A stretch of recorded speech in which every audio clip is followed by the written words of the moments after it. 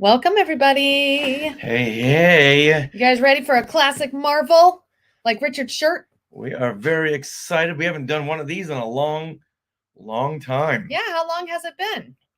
Press start to begin, Pierre says. The last time we did this was in November. Wow, it has been a long time. It has been a very long time. Long time. We were busy in December, a lot of shows. And then a lot of shows this month leading up to this. Yeah. We are excited. So Pierre's here. Welcome, Pierre.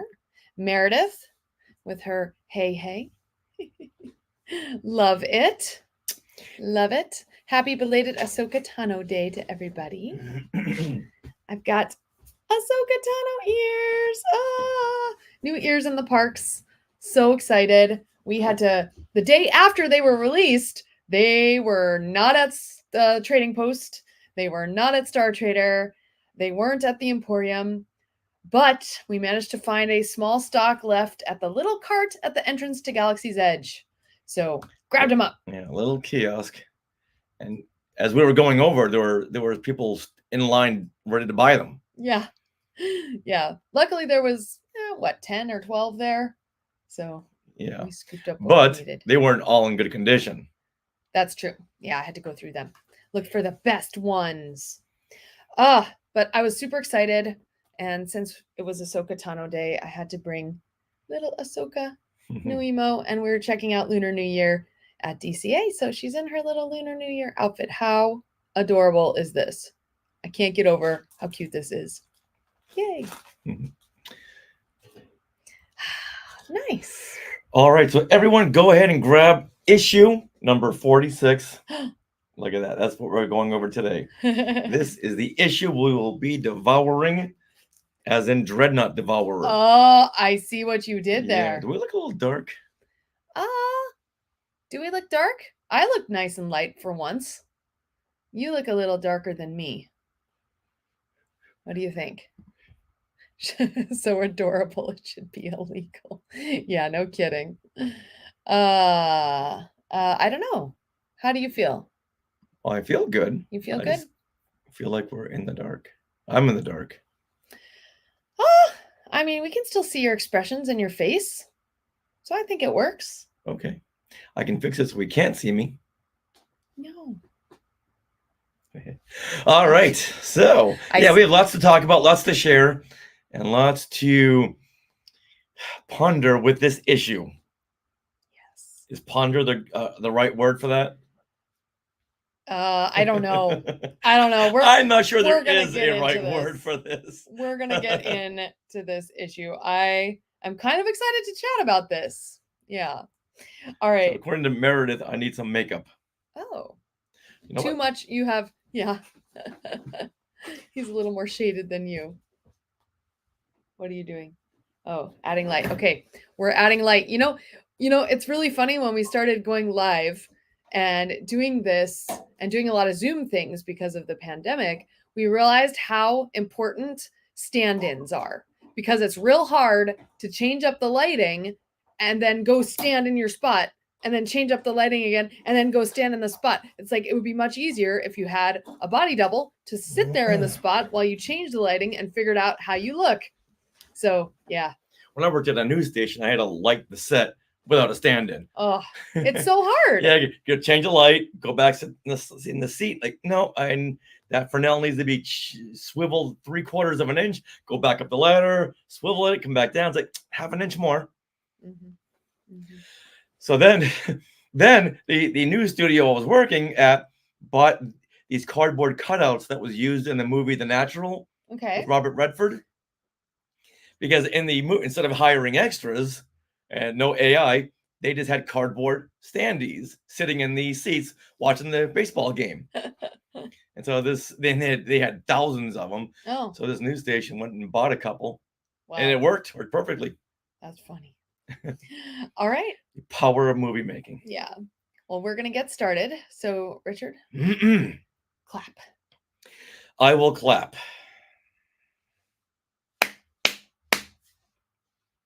This is what you can look forward to on episode 449 of Skywalking Through Neverland.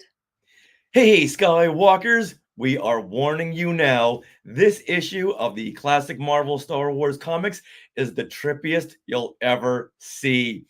But a major plot device Filoni uses in Rebels and Ahsoka probably got its inspiration with this issue. Oh, so much to talk about. Mhm. But we'll get to that in just a little bit. But for right now, we want to welcome you back to Skywalking Through Neverland. I am Richard Woloski. But now, everyone, please say hello to my sweetie wife, Sarah, and she is no Jedi. At least that's what these Ahsoka ears say, which Mhm. I just noticed like right now. It has "I am no Jedi" Yeah. on the edge. All the new Ahsoka merchandise all says, I am no Jedi. Yeah, which is a line Balin Skull, the first line he says in the Ahsoka series. Mhm. Interesting. Running theme. So are those Balin Skull ears you have on your head right now, or are those Ahsoka ears? These are definitely Ahsoka ears designed by Ashley Eckstein.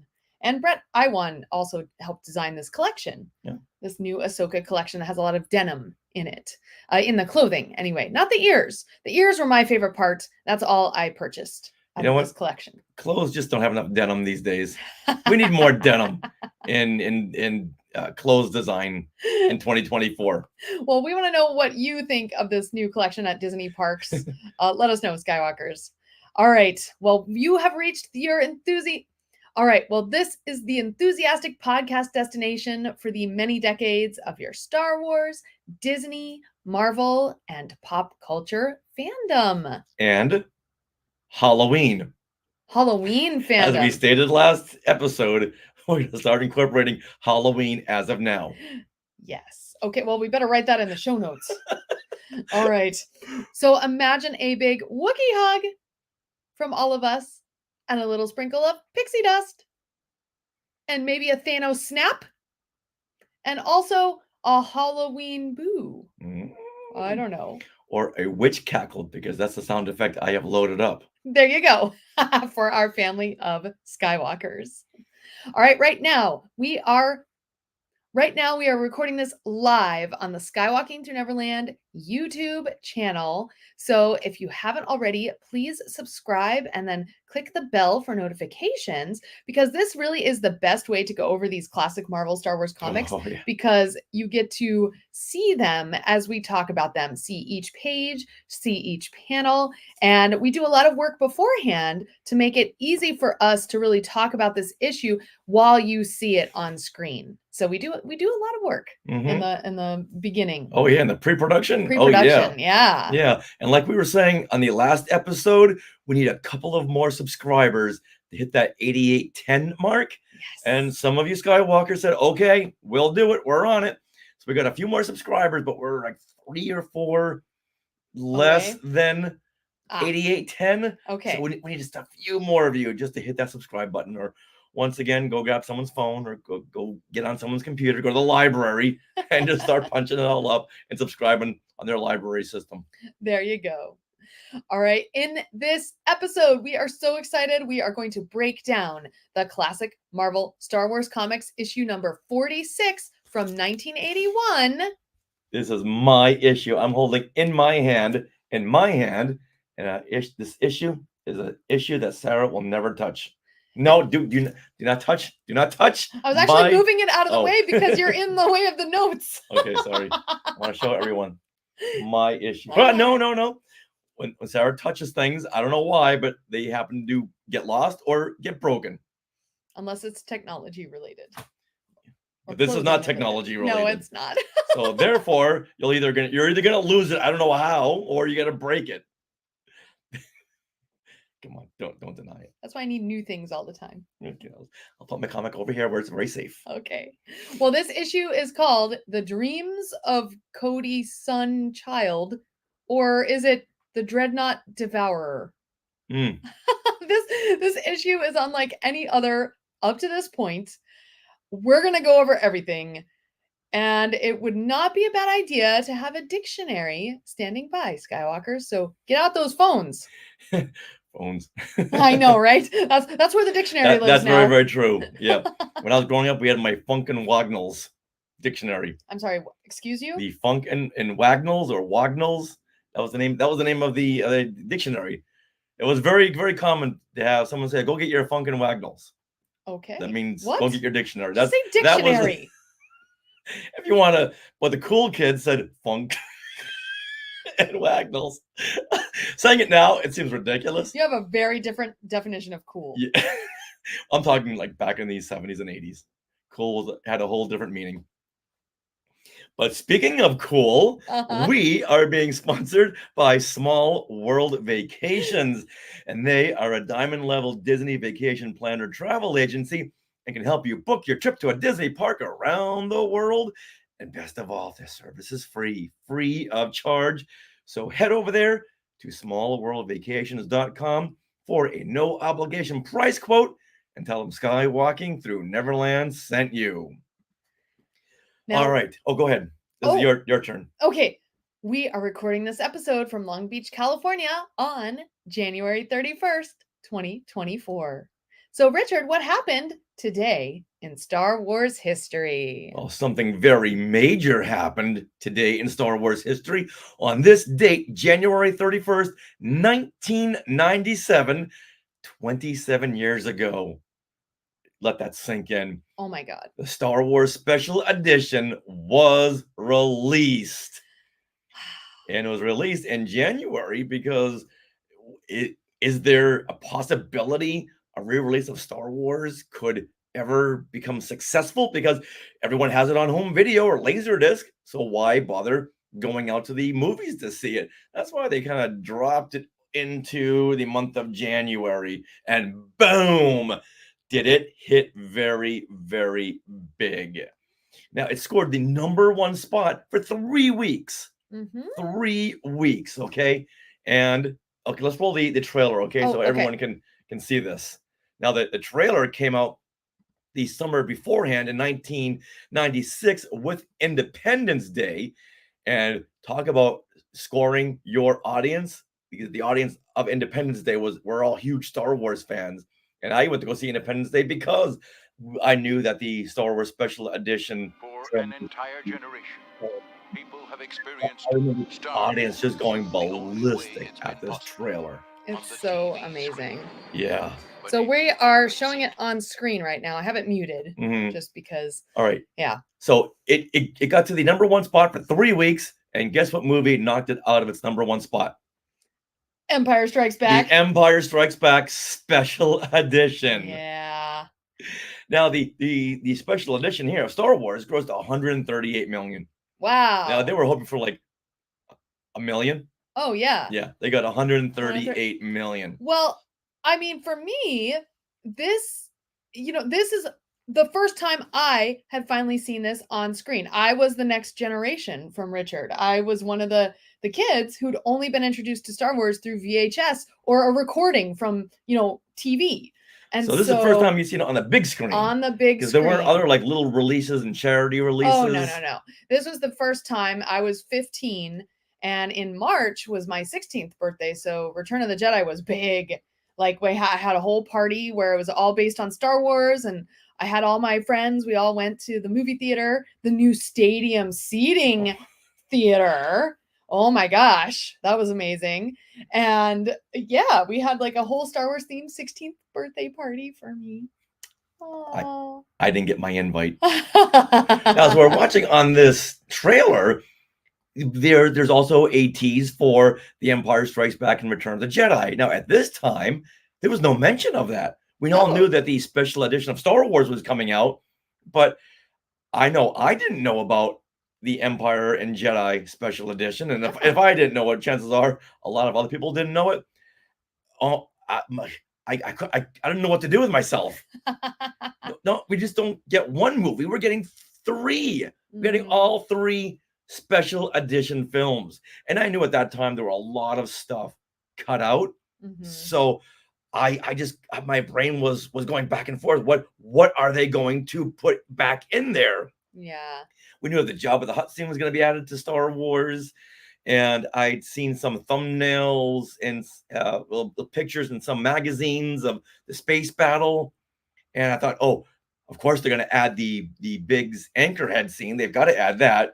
But they did not. No, they did not. No. But for Empire and Jedi, there weren't any like major scenes cut out like there were. Well, like there was of Star Wars. Cut out or cut in? There weren't anything cut out of the theatrical edition. Yeah. Got it. Maybe like the Han and Leia in Cloud City when Leia's like, okay, something's not right here.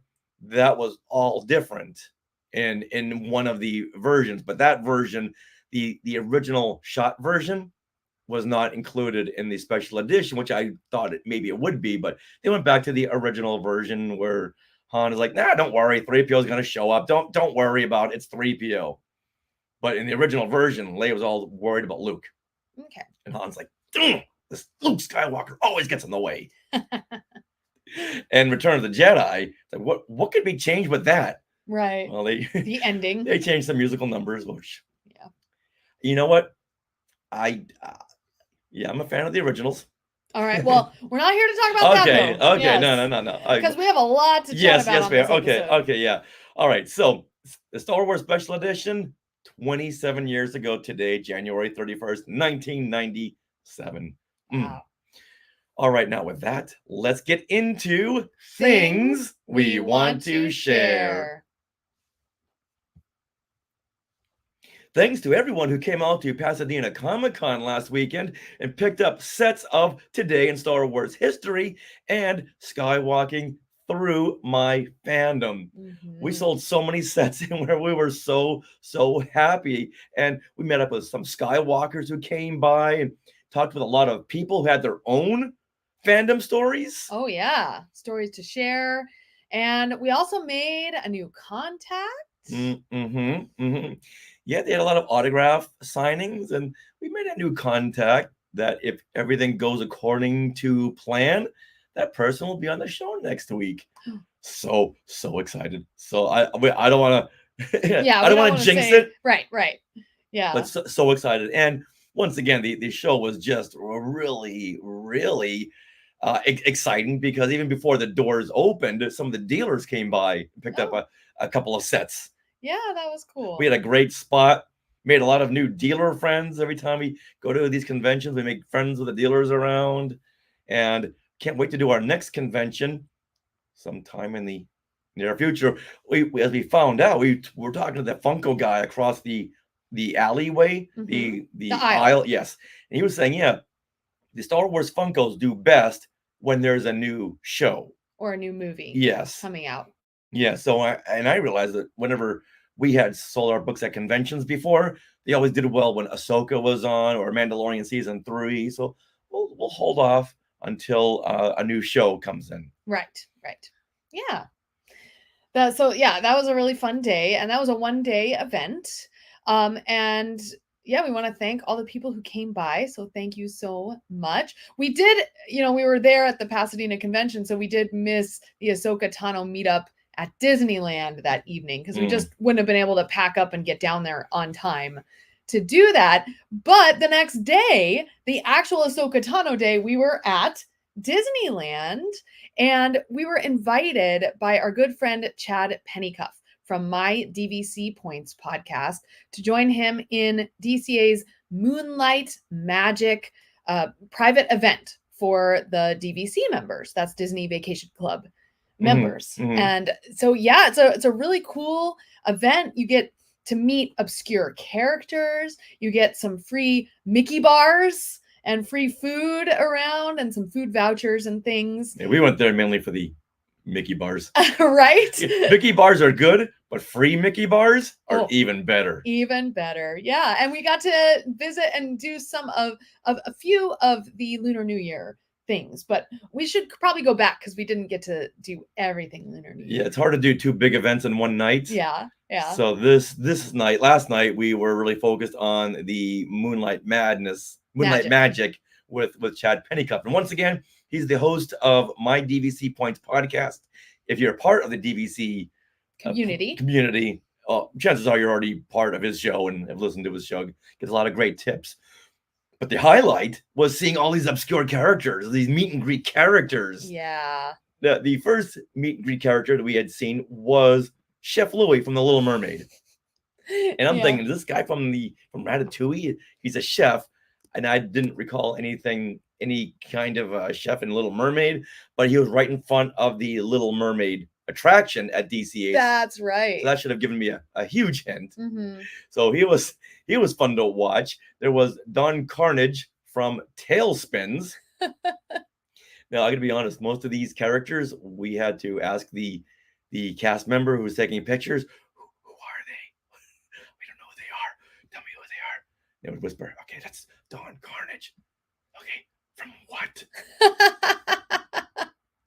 Tailspin. Tailspin. Mhm. Tailspin. Tailspin. Yes. Yeah. Don't do it like Lucasfilms. No, Oh, it's no. Tailspin. Mm-mm. Okay. Yes, and that's okay. part of the Disney afternoon block that I was just a little too old for back in the 90s.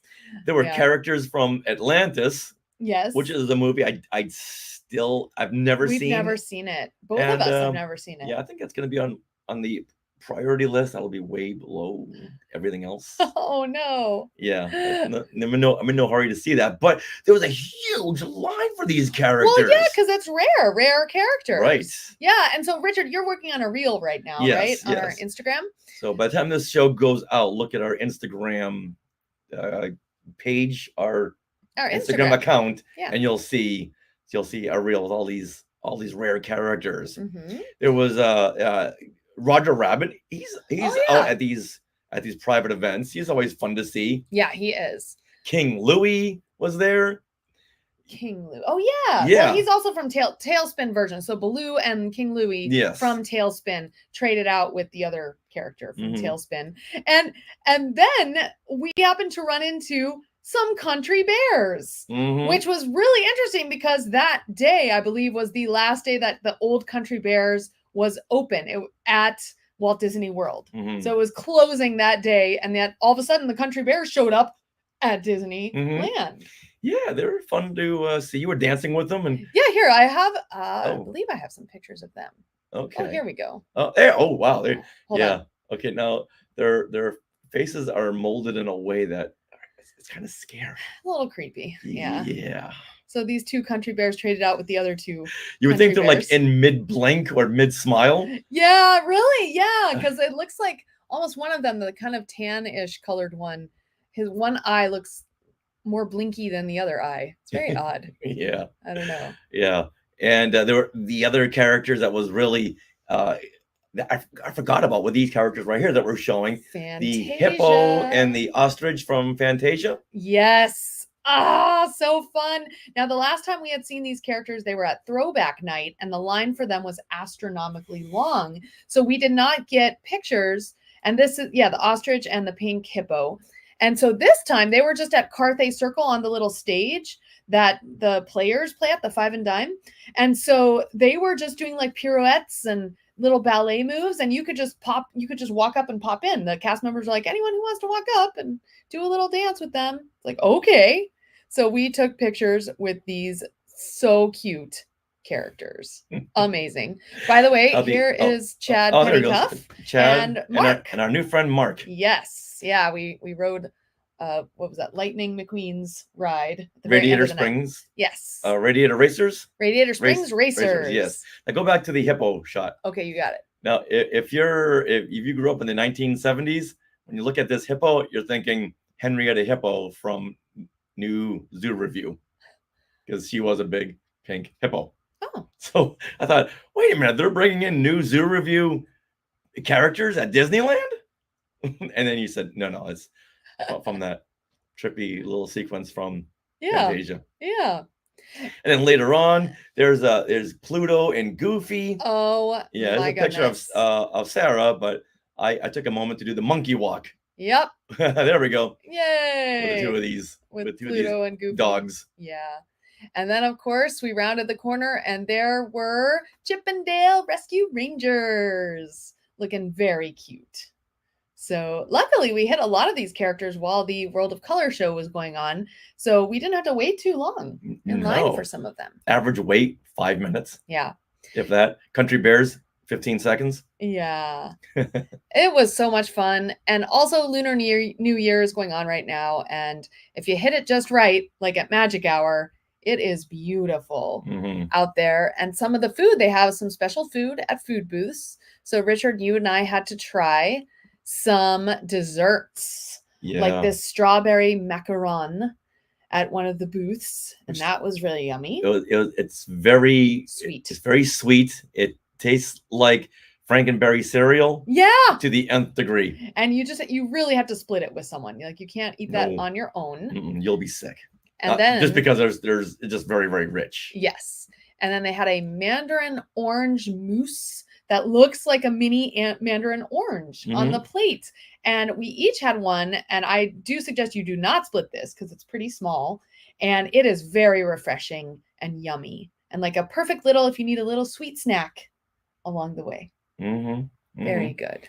All right, now I'm hungry again. All right, let's I move on. know. I know. So thank you once again to Chad Pennycuff of My DVC's podcast. Yeah. All right. So thank you once again to Chad Pennycuff of My DVC Points podcast for inviting us. All right. Now, speaking of inviting, we had invited Skywalkers to send us in 10th anniversary messages. Yes. And Skywalkers did. And let's play a couple right now. Okay. One from Luella Loriola and then from Mark Ogushowitz. So we can play them later on. Okay. All right. So if you're just watching now, we're going to put those in later on because they haven't been loaded up. All right. Now let's break down and review. Let's thank them. Okay. Thank you so much, Luella and Mark. How thoughtful of you to send in your messages. We are so excited that this is our 10th year. Going on 11th now. Yeah. So you can send in a 10th anniversary message or a pre-11th anniversary message. Just send to share@skywalkingthroughneverland.com. Audio and or video. You prefer. Whatever you prefer.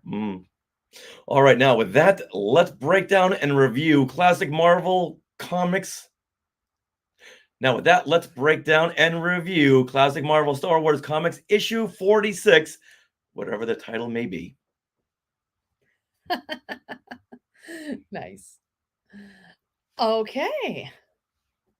Now let's begin by saying at the end of each comic issue, Marvel will give the title of the next issue in the current issue as a preview. Right. Okay. So you kind of know what to expect. You're like, ooh, next month I get to watch Lando something or the title of the next comic. Yeah. Which, as we've noted, most times will change because I don't think they over at Marvel, they're thinking kids won't remember what title we gave them. Well, joke's on you, Marvel.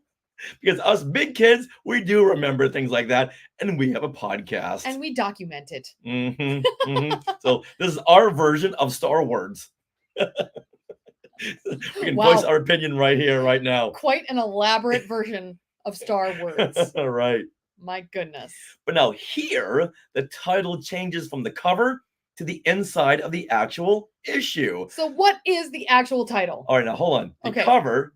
Go ahead and bring up the cover. Okay, you got it. The cover reads Dreadnaught Devourer, which is a fantastic title. I love that title.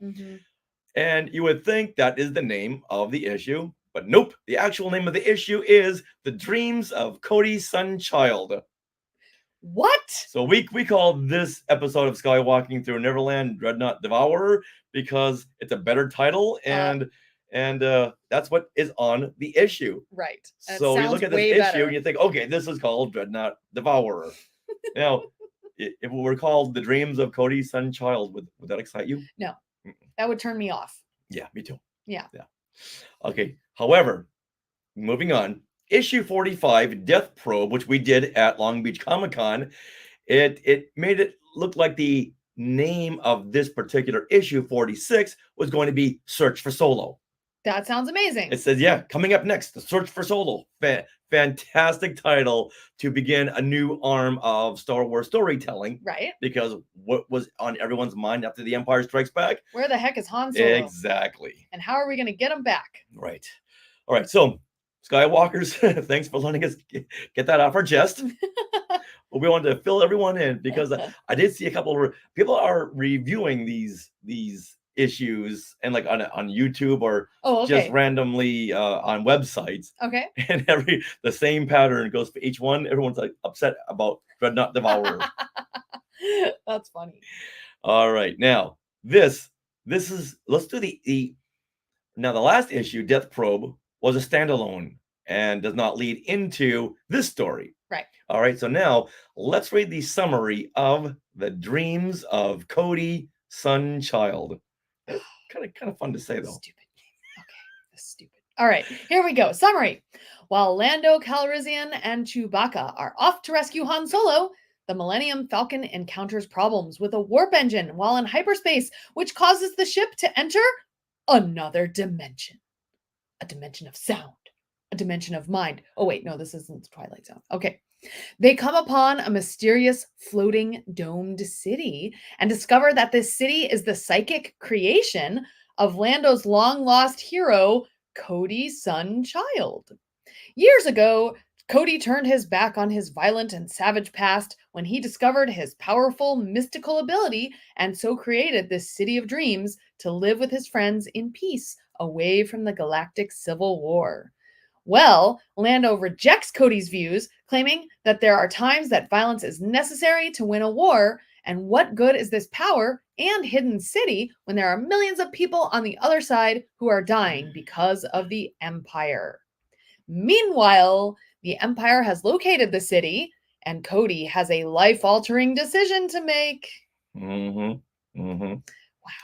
All right, now, as we read through these classic Marvel Star Wars comics, I will share memories of reading these comics as a kid and get you caught up with these characters and situations that every Star Wars fan must know, because as we've noted in the past, there are several connections to current films, TV shows, comics, and novels.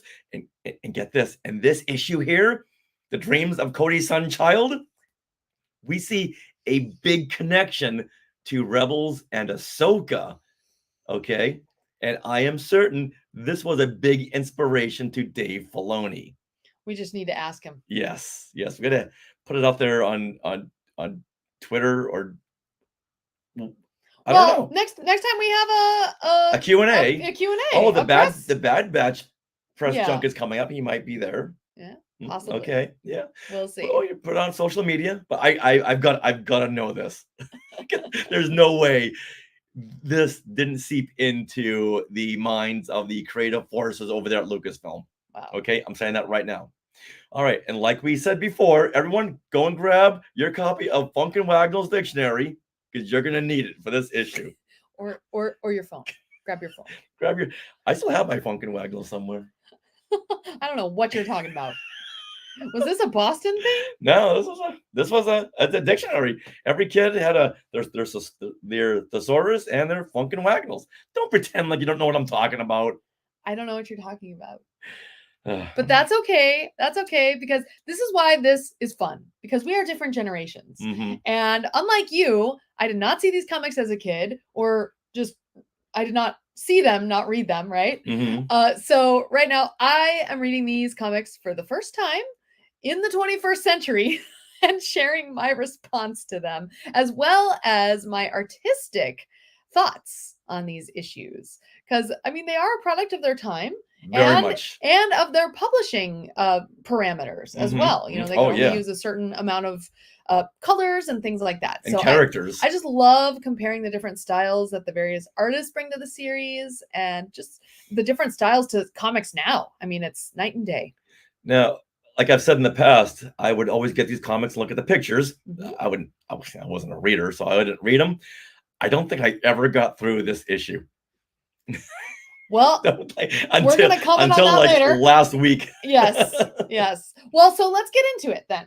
Okay, so this is issue number 46, The Dreams of Cody, Sun, Child. And this was released on January 20th, 1981. That's right. So what does that mean? We are one issue away until Sarah was born.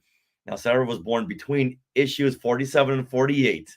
Okay. So when we get to 48, the world had welcomed little Sarah Heitman. Aww. Now, this issue was written by Wally Lombago, aka J.M. DeMatteis. Okay. Now, there's an explanation to come later on as to why this writer has got two names. I'm sure you can put the pieces together right now. The artwork is by Carmen Infantino, Tom Palmer, and Glennis Wine. Cover art is by Ed Hannigan and Tom Palmer. Yeah. Now, in this cover, we see a giant pink or purple Aladdin type genie in outer space, and it's grabbing a Star Destroyer. It's like as big as or bigger than this Star Destroyer, and it's devouring it, which is why it says Dreadnaught Devourer on the cover. And then you see two other Star Destroyers above it in the background, and they're trying to blast away at it, but it has no effect. And meanwhile, the Millennium Falcon, well, is just shooting right out of there. It's like, whoa, I see this genie creature, and yeah, I'm out of here. Yeah, but they're saying, well, we're not a dreadnought, so it's not going to devour us. No. So we're safe. And then the narration on the cover reads, "A living nightmare stalks the universe. Empire and rebel forces alike, helpless prey of the Dreadnaught Devourer." Wow. All right. So Sarah, give us your initial thoughts on this issue. Okay, on this cover. On cover, yes. Yeah, yes, the yes. cover. So we're looking at the cover right now on YouTube. Wow, it is trippy. And those of you watching live, let's plug this in. And those of you watching live, please give us your thoughts on this cover. Yeah, again, it's like this Aladdin type genie. So, all right, in a word, I feel like this cover is trippy. You have this giant purple monster in space. Has Star Wars gone back to the 1950s?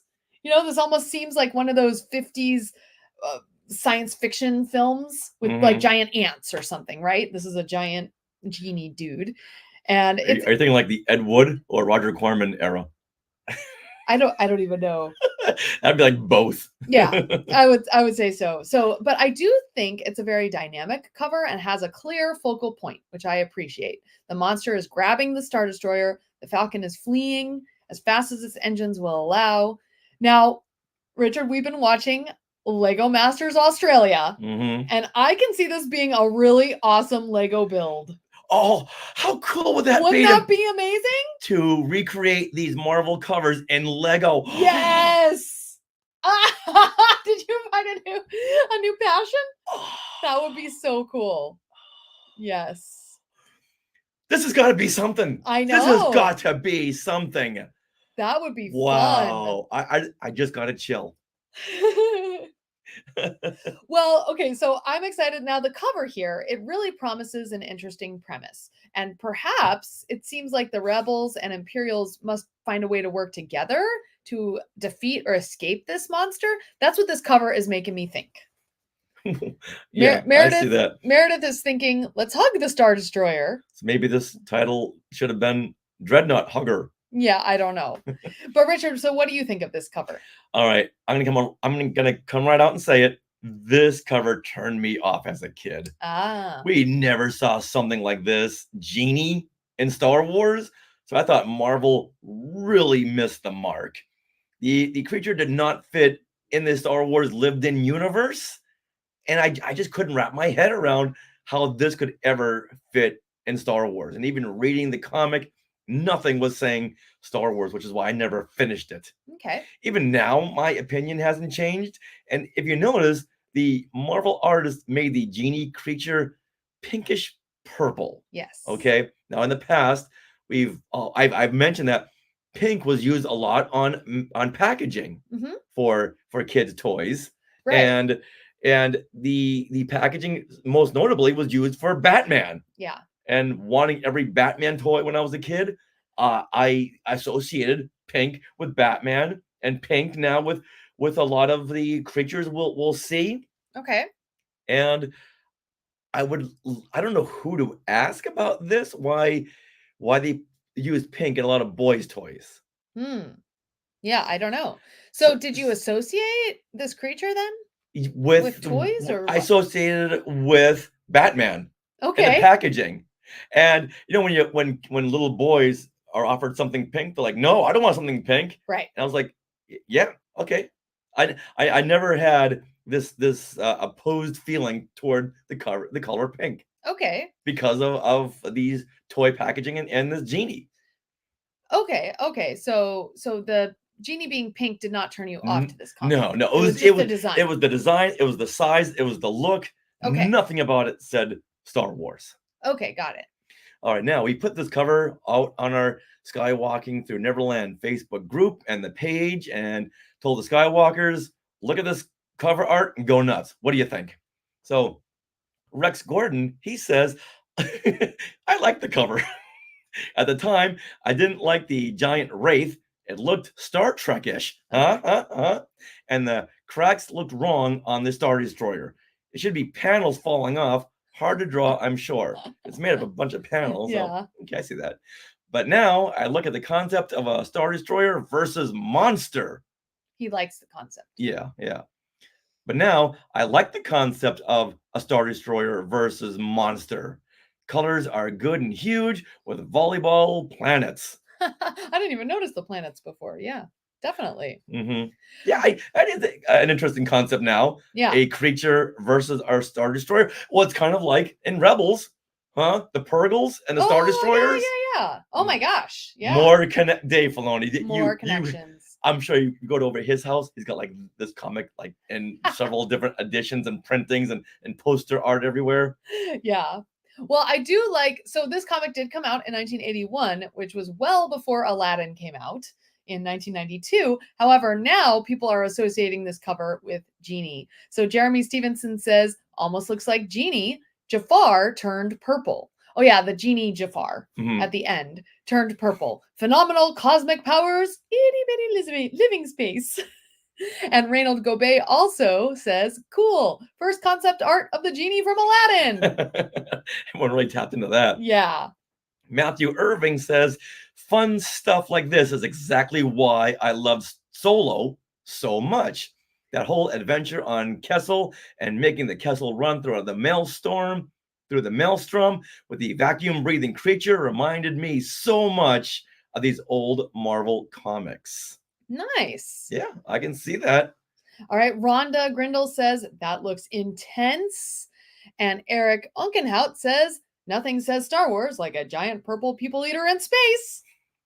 Corey Orton says, this artwork is now the reason I'll be tuning in. I got to know what happens in that story. Oh, Corey. We'll tell you. All right, let's round it up with Matt Schott, who says, I tried to make a pun about a flying purple people eater, but couldn't work it out in my head. Cool cover anyway. I always like this one. Wow. So, everyone has got different opinions. Yeah, maybe he liked the cover. Yeah. I don't know about the story, but let's get into the story, shall we? Okay, yes. Now, the story starts with a Millennium Falcon speeding through hyperspace. Now, Sarah, go ahead and break down the splash page. Okay, this splash page is beautiful. You have the Falcon dead center against a black starfield. So it's not purple, it's not pink, it's not blue, it's black. And you have streaks of movement surrounding the Falcon in a nice halo. They're kind of gray-white streaks. And the Falcon has touches of blue, and then it has its red engine working in hyperspace. So I feel like it's a beautiful splash page, but it is ruined by a huge title at the bottom of the page, which makes no sense whatsoever. And it says, The Dreams of Cody Sunchild. All right, Whiplash. This has nothing to do with the cover and the cool purple monster we just saw. No. Cool purple genie. So I'm like, okay, immediately that title just turns me off. I don't know. And it's weird. Well, I'm not crazy about the black and white of space. If it's going through hyperspace, it should be that bluish purple. Okay. That would really draw me into this. But right now I'm looking at this going, lack of time, lack of color. Well, I really like the symmetry of the page, how the Falcon is dead center. Oh, I like that going too. Into that beam of light. I guess. Know what?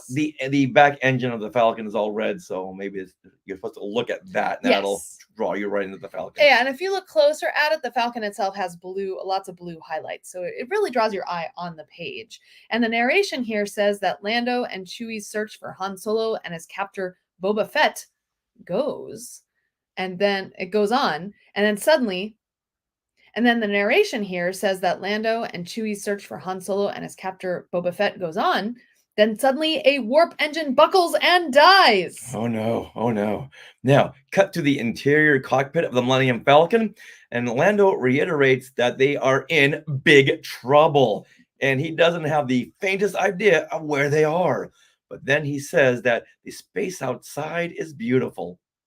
Lando, pick a lane. Mm-hmm.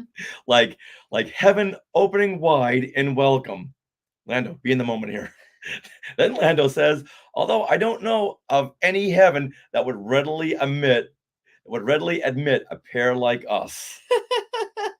Chewie's like, speak for yourself, Lando. Yeah, no kidding. Now it looks like the multicolored stripes outside of the Falcon are laser blasts. Yeah. That's what I thought it was. Okay. But they're going through another dimension, and they want to show that with these multicolored zebra gum stripes. But Yeah. there's like explosions in the back, so I thought someone's firing at the Millennium Falcon. Yeah, it does kind of look like that. I Mhm. don't know. Very odd. But however, I do really like the drawings on this page. Like the Chewbacca has a really nice likeness here. They're finally nailing his look in the artwork, which is hard to do with the limited colors they have. And Lando, I think, looks really great. He's very chiseled and handsome, especially in this middle panel here, where he's looking right at us, the viewer. And I really like the color scheme because Lando, you know, he's known for his designer clothes. He's very into his capes and everything. And he is pictured in very rich jewel tones. So it makes his outfit look expensive. Deep red and blue, right? That's a very nice cape. Yeah, it's nice. All right, now the Millennium Falcon flies through the sky of a color-soaked void, as the narration says. And in the distance, they see a domed city on a floating island. Oh. Lando isn't falling for it and says this could be some kind of elaborate trap constructed by Vader and the Black Hearts of the Empire. Now, I'm not going to try to do a Lando impersonation. I'm not going to do that. So he's thinking, okay, this is a setup. Don't get too drawn into this. Yeah. Because it could be the Black Hearts of the Empire. The narration cuts in and says, it could be, but what use are questions when your ship is plummeting rapidly through an all too alien sky. Nice. Yeah. Okay. So I see this random thing in space, and I mean, I immediately have thoughts of the Mortis arc from Clone Wars. Well, of course. Which, you know, that first episode of that arc begins with, let's see, you have Ahsoka. I think they're in the Twilight, I believe, the ship. They're in, what do you mean the Twilight? That's the ship that gets pulled into the other dimension. Okay, so Anakin, Ahsoka, and Obi-Wan with the clones, you know, they're just in space somewhere when all of a sudden they detect this weird space that only Anakin, Ahsoka, and Obi-Wan can detect. Mm-hmm. So they go check it out, and all of a sudden they're on this crazy planet that wasn't there before on their scopes. So yeah, this is kind of like that, only here it's mentioned to be another dimension, which you can argue that Mortis is too. Yeah, very much so. Yeah. Right now, the Falcon skids or scooms, like it says right there in the narration. On the island surface, Lando and Chewie get out, and Chewie calls out for Groot. I laughed out loud when I saw this. Chewie says, Groot. Oh my gosh. Wow, there's a Marvel tie-in right there. It's Groot. He's looking around, he's seeing this forest, and of course he's like, wait, hold on here. Lando, I can get us out of this. Let me call my buddy Groot. And where's Rocket? That's what I want to know. Now, Lando and Chewie make their way through a dense jungle with slithering creatures and flying beasts. The narration says that they make an unlikely pair, and calls Lando a con man and a soldier of fortune. Now, where do they get that description? Where do they get where do the writers get that Lando is a soldier of fortune? I want to know this. He's a gambler. He's not a soldier of fortune. Soldier of fortune, they're like on the front lines. No. A soldier of fortune is gambling. No, no, it's not. No, Yeah. no, it's not. No? No, they're soldiers. Like they're the rough and tough soldiers. Did you look this up? Did you? In your there dictionary, used to be a magazine in my Funkin' Wagnalls. Yes. Yes, I did. And there also used to be a magazine all about the Soldier of Fortune. That's where you could buy stuff that is really on the black market. So what is your definition of soldier of fortune? A soldiers on the front line, these GI Joe types, they're soldiers of fortune. I don't think so. I don't think that's right. Soldier of fortune. It is. A soldier is an expression. It's not who they're not a soldier. No, like, they're specifically. it's not an expression. That's what they are. They are a soldier. They're a soldier. That's okay, Skywalkers, you got to help us figure this out. Okay, so let's move on. Okay. Okay, All but right? I want before I've got to to ask in. one of us to leave the room.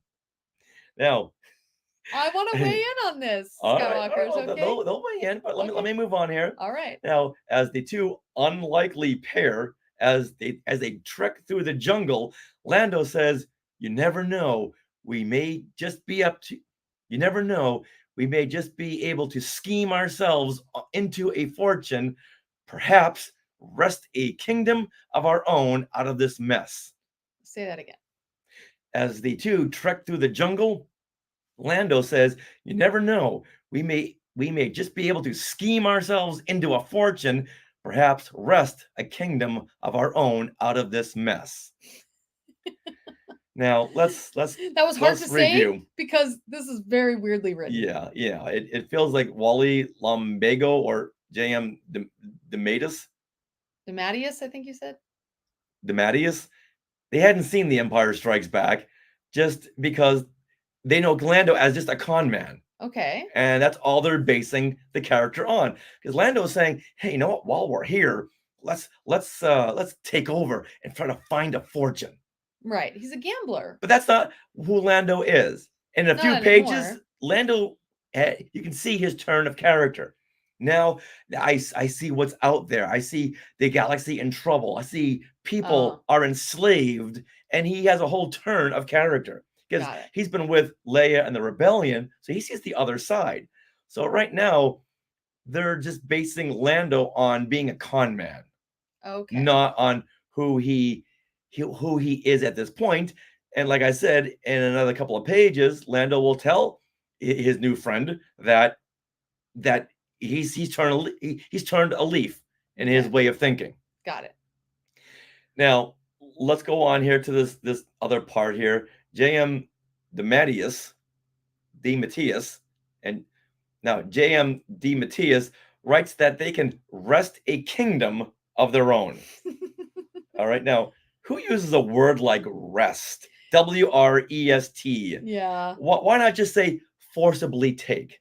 Not wrest a kingdom, but forcibly take a kingdom. Okay. I don't. He must have had his Funkin' Wagnalls.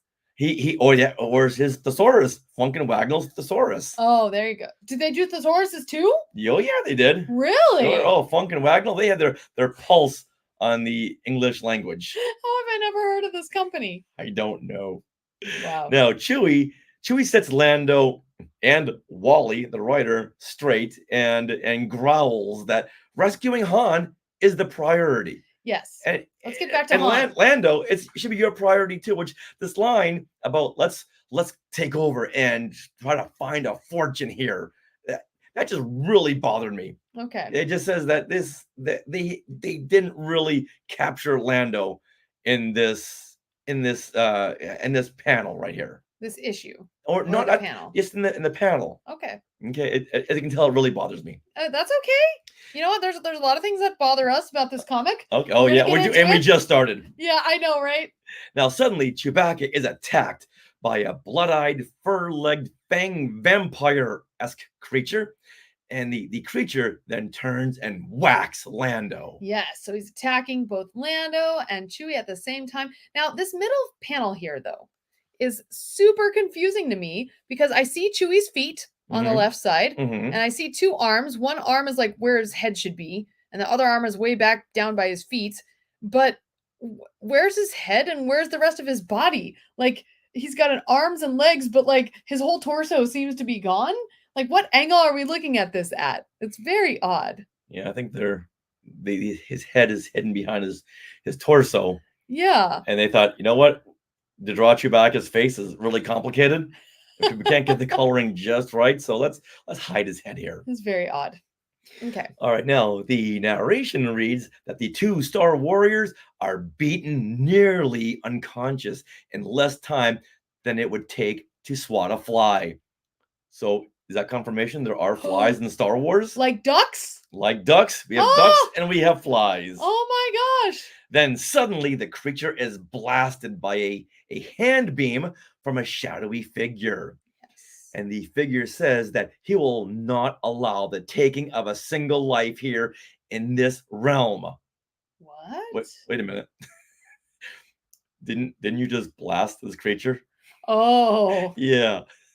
Well, Okay. later on, we'll someone figure someone this get out. your characters straight here, okay? But later on, doesn't he like suck the creature? We Okay. won't foreshadow just yet, but Okay. he did take the creature's life. Yeah. And he just said he's not in this realm. No one's going to be taking a life. Right. Got it. All right. Now he then tells Lando and Chewie that he may prove to be the greatest friend they will ever know.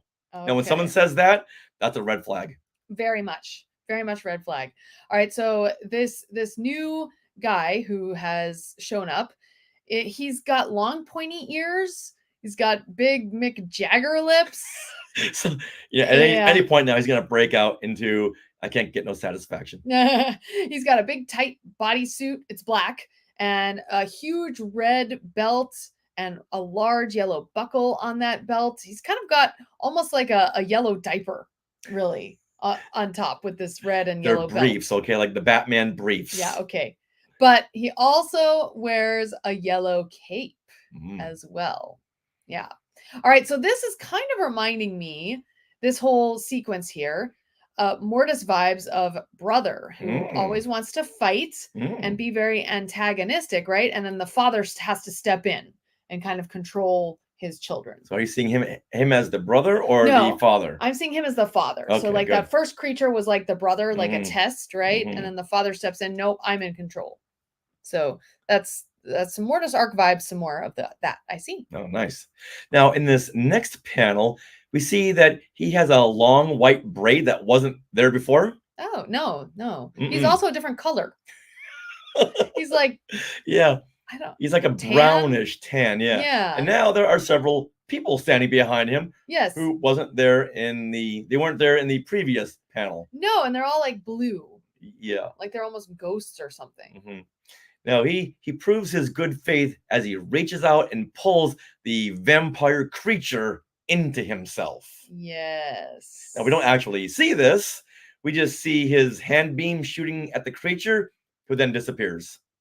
Yeah. You know, it's a comic book. You can show these kinds of things. It's not like those 1970s television shows where you show a reaction, cut back to the creature's gone. You know what this makes me think of is Supreme Strange from What If? Supreme Doctor Strange, how he became the Supreme Strange is he like sucked all these creatures into himself and became super crazy and had all the it was imbued with all the creatures like skills and things. Okay. That's what that reminded me of. Well, this is that, but in reverse. And we'll go into that in just a little bit. Now, Lando, he recognized the figure as Cody's son child, who he saw in action against the Imperials when he was a boy. When Lando was a boy, he saw Cody in action. And now Lando, he's just fanboying. This is like Hawkeye and Kate Bishop seeing Hawkeye for the first time in real life after she saw him save New York. Yeah. So there you go. Okay. Also, I want to give Lando credit here for some convenient exposition. It's a really good thing he knew who this guy was. Oh, yeah. Otherwise, we wouldn't have known what to do with this issue. Maybe it was the pointy ears that gave him away. Now, Cody says that his name is the only thing linking him to that man of violence. Oh. And he says this as he grabs Lando's wrist, making Lando react with a pained facial expression. So far, Cody has killed the vampire creature and hurt Lando, but yet he says he's nonviolent. So whenever someone says they're nonviolent or they're a friend, run. Yeah, that's a red flags. Red flags. Cody then leads Lando, Chewie, and the background people, the extras of this comic, back to his city. Yeah, it's weird. They're in some panels, they're not in some panels. It's very confusing here. All right. So now we reach the city. Lando and Chewie are marveling at this beautiful city, and Cody tells them that they are in another dimension. When their warp engine exploded, it must have pierced the wall in between and brought them here. Come on. Come on. Filoni, we're on to you. Yeah. So this sounds like the world between worlds. This is the pre-world between worlds. Or Mortis arc, right? Wow. All right, now Cody then tells them that they can stay, but be forewarned, this is a peaceful place. Not by your actions there, Cody. No. Lando is still not buying it and asks Cody, what's your game? See, Lando's like us. Yeah. He's the voice of the reader because he knows, all right, something's going on here. Well, Lando's a soldier of fortune, so no, he's not. He is not stop it. He's a soldier of fortune. No, which means he's not. Gambler. That's a gambler. No, it's not a soldier. Okay. All right. Well, they're walking through the city. This city is also giving me vibes of the Emerald City from Wizard of Oz. You have Oz there, and it's supposed to be this beautiful, wonderful place. But underneath, is it really all good? Mm-hmm. And is Oz really all great and powerful and wonderful? Mm-mm. Like Cody's son child, which is the stupidest name ever. All right, now it looks like they're in a darkened chapel where a large man in a red robe sits on a hovering platform, and he answers Lando's question and says that they play no games here. In our city of dreams, sir, we hide behind neither sophistry nor chicanery. Okay. All right, so everyone got their funk and wagnalls out? Please. I don't, so tell me what that sounded means. Different in my head. All right. In other words, what he's saying is they don't hide behind deception or trickery to achieve a goal, a political, financial, or legal goal. Okay. So sophistry means deception. Yes. For yes. Political, financial, or legal gain. And chicanery, that means to trick to achieve a goal. Oh, interesting. Kind of like the Emperor Palpatine. Oh, he was all up to chicanery. Even though we don't know how it's really pronounced. Oh my goodness. All right, Wally, you listening? You know what? Okay, we get it. You have a big vocabulary. We get it, okay? Mm-hmm. Apparently, we don't get it enough. No. Because there's more coming. Mm-hmm. Now, meanwhile, Chewie has made a new friend in another Wookiee. Now, the way they're staring at each other, someone needs to remind Chewie that he's got Mala waiting for him back on Kashyyyk. Yeah. And the man in the red robe reveals his name. Now, the man in the red robe, he reveals his name is Ansible Beelyard. Ansible Beelyard. Cody Sunchild, Ansible Beelyard, chicanery and sophistry. What the F? Now, you know what? let me go ahead and say right now that there is no Fatum fun fact for Cody Sunchild or Ansible Beelyard. So they don't return it. Yeah, exactly. Yes. Not gonna say why. Okay. I'm sure you can figure it out at this point. So wow. They don't make it into other Star Wars stories or any kind of the guides. You know, right. the 35 editions of Lucasfilm's Guide to Star Wars. I do. And they'll tie in other characters to other stories. Not there. Not these two. Now, Lando recognizes Ansible as the Holy Terror. So he was part of the regular galaxy too. Yes. So Lando, as a boy, he saw Cody and he saw Ansible wreaking havoc and savage, and if you have a name like the Holy Terror, oh, you did nothing good in your life. No. Yeah, you just left behind carnage everywhere you went. Okay. Now we cut into deep space where 6 Star Destroyers zoom through the spaceways of a backwater star sector. Apparently this fleet is the silent, forgotten Imperial forces who still capably serve the Empire. So Okay. they get the thankless jobs of patrolling this sector, Right. and because the emperor or the empire, they never check in on this fleet. I guess Yeah, not. they're the silent forgotten forces. Now, inside the Star Destroyer, we see Captain Plick. That should be a hoojib. Yeah. But it's not a hoojib. Captain Plick is a woman in an orange bodysuit in Captain Kirk's captain's chair. Look at that chair right there. That is Yeah. Captain Kirk's captain chair. It is. Yes. Now, unfortunately, there is no Fatum fun fact for Captain Plick. Aww. One and done. Now, Lieutenant Nizon, who also doesn't have a Fatum fun fact, I think other Star Wars writers yeah, we don't need to add these characters into our stories. No, We're good. Now, Captain Nizon, he looks over her shoulder and says, a small rent in the very dimensional fabric. What can it mean? Rent. A small rent. Now, just say an opening. It's a small opening in the very dimensional fabric. You don't need to say a small rent. Why, Sarah? Why? Why is he using these words? Because the writer wants to use big words. Because he's got his funk and wagnalls. Yes. All right. Okay. I'm sorry. Go on. All right. So let's see. So we have Captain Plick, and she responds, "It will mean nothing until we have located the precise area of demarcation." Okay. You know what? I'll let that one slide. Yeah, she's the captain. Yeah. She should have a good vocabulary. Yeah. A demarcation, that's a 5-cent word. Okay. Now, Nizon turns to the ship's controller and says, "You heard Captain Plick, dog." Stop.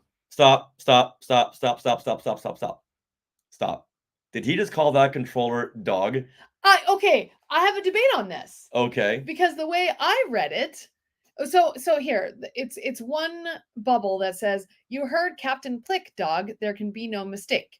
Now, I was confused because I thought dog was part of the next phrase, which says, "Dog exactitudes is of prime importance." Dog exactitude. So I thought it was dog exactitude is of prime importance. But he wouldn't be, but Lieutenant Nizon, yeah, he wouldn't. Why? That doesn't make any sense. No, why would he call someone dog? I'm not sure. But dog exactitude is of prime importance doesn't make any No, not when sense. you're talking to someone that doesn't fit in your vocabulary. Yeah. That does not. It's not vernacular. Right. But check it out. He called the controller dog. Is the controller a dog kind of creature? No, he's a human. He's a human. My head is spinning. That's why I thought dog went with the next phrase, because I didn't think he would call someone a dog. So, but unless Wally, the writer there, is way ahead of his time. What do you mean? Before all the rappers called everyone dog, before Arsenio Hall called the audience dogs and the dog pound, he jumped on it. He jumped on it. That's very odd. All right, now Nizon sounds like he's had enough of being the silent forgotten force and wants this rent in dimensional fabric to be something. So he's like, okay, I'm tired of being out here and being left alone. No one knows us, so this has got to be something so we can make a name for ourselves. That's right. Now, Plick feels the same way and thinks what lies beyond that rent will bring them glories of a lifetime. There you go. Now, back at Cody's domed city island, Cody shows Lando equipment that can tap into the Empire's transmissions. Now, it's these transmissions of death and destruction that remind Cody to forsake their past violent ways. Because he's hearing all this. Yeah, let's destroy this planet. Let's go to this planet and take all their resources and let's enslave this. Mm-hmm. And he's like, okay, now just listening to this really it enforces our beliefs in being peaceful. Right. And this equipment's power source can't be traced since it runs on psychic energy. Yeah. Okay. All right. That's good thinking. Yeah. So Lando then says he doesn't understand why a freedom fighter like Cody could turn his back on the revolution. And Lando adds, Every schoolboy had heard the legend of Cody's son child who led the war against tyranny before it was fashionable. Yeah. Okay. I got to move on from that one. Yeah. Cody then tells him why he has left his dark past and given in to peace with the help of flashbacks. It all boiled down to the fact that he just loved the fighting, the killing. The war was just an excuse to indulge in violence, and those who just wanted peace disgusted him. Okay, I'm liking that. I'm liking that backstory. He's had enough, and it's the Empire that's really turning him into a peaceful being. Right. Okay. At this point, though, I just want to say, like, I would have checked out of this comic. I'd have been like, all right, we're just getting into the mind of this guy who I don't care about. Where is this search for Han Solo? I'm out. Yeah. All right. Well, you know what? On the opposition of that, I like the way this is going now. Okay. Let's move on then. All right. Now, in these same flashbacks, he goes on by explaining that during a battle on a planet the Empire just took over, he was blasted and thrown through a crevasse, which sent him to the bowels of the planet and swallowed up by a mysterious flame. Does that sound familiar? I'm seeing some Anakin vibes here. Oh. Yeah, this is like Mustafar all over again. Oh, I see. Okay, I was like, wait, what? Yeah, oh yeah. And the it gets flames swallowed are up by a there. mysterious flame. Oh yeah. Now the creatures below, known as the musts. Just call them musts. Musts. It's M'_USTS. Mm-hmm. Okay, we'll call them musts. Yeah. They could not believe such a being could survive this and took him in as their heaven-sent master. He then developed a great power and learned how to wield it. From the musts, he learned simplicity and peace. Later, when he returned to the surface, he realized that he could not bring harm to anyone, or that would just unleash all the savagery that was in the darkest part of his soul. Oh, I like that. I like that backstory. Okay. Meanwhile, I'm thinking, what were they smoking in the Marvel offices? This whole thing about how he falls down into some flames and then survives, and these creatures take him in as their master. Like, that's now they could have so seen silly. Or read some of the early Star Wars concepts where Vader is thrown into a lava pit. So, hey, you know what? The Marvel writers say, you know what? We're going to use that. Possibly. All right. Then Cody dedicated himself to a quieter and personal revolution and found the flame god within and created a kingdom of dreams from his own mind. From there, he called all of his battle buddies, his battle brothers, to share this same dream of peace. Okay, he created a kingdom of dreams from his mind. Who does that sound like? I mean, to me, it sounds like Wanda in WandaVision. Oh. So, she from her grief, she created a whole world and gave life to Vision and her two boys from her own mind, her own power. Do you see the legacy of this comic issue now? I have serious doubts that this came from this comic. I don't know. I don't know either. All right, now let's let all this soak in. Oh boy. As we pause for a commercial break. Oh, hey, Stacy. Hey, Stacy. How you liking this crazy comic? Woo. All right, do you have this loaded up? I do. I've got my slides. All right, now this commercial break is brought to us by Hostess Fruit Pies. All right, now this commercial break is brought to us by Hostess Twinkies with the Marvel Hostess crossover story, Spider-Man in the Rescue. All right. All right, so Sarah, you read the narration. Okay. And I'll be Spider-Man? Okay, fine. Okay, good. All right. But you get to be the bad guy. Oh, okay, good. Okay, and then we'll go in and out of the different characters that weave in and out of this very complex story. Okay, here we go. Spider-Man swings into action and clocks a thug in the head. Another thug, who looks a lot like Kingpin, who we will call Thugpin, holds a child. And Spider-Man says, Saturday night and I'm waltzing around with two guys. I can't be living right. Remember, this is 1981, okay? Thugpin. Spider-Man has messed up our kidnapping caper. We gotta make a getaway. Thugpin raises the child over his head. You wanted the kid, Webhead? You got him. And the child is thrown at Spider-Man and knocks him down. I want to go home right now, says the kid. And Spider-Man goes, oof. That wall crawler will have to take care of the kid. Let's get out of here fast. Watch me while I take care of the bad guys. Spider-Man holds a pack. Oh, he's saying this. Spider-Man is saying this to the kid. Yes. And okay. So Spider-Man says to the child, watch me as I take care of the bad guys. Spider-Man holds a pack of Hostess Twinkies. And the kid says, Hostess Twinkie cakes, my favorite! Golden sponge cake, creamed filling, delicious. As the thugs race away, Spider-Man slings a web around their getaway car. You guys won't be going anyplace. You'll be all tied up for quite a while.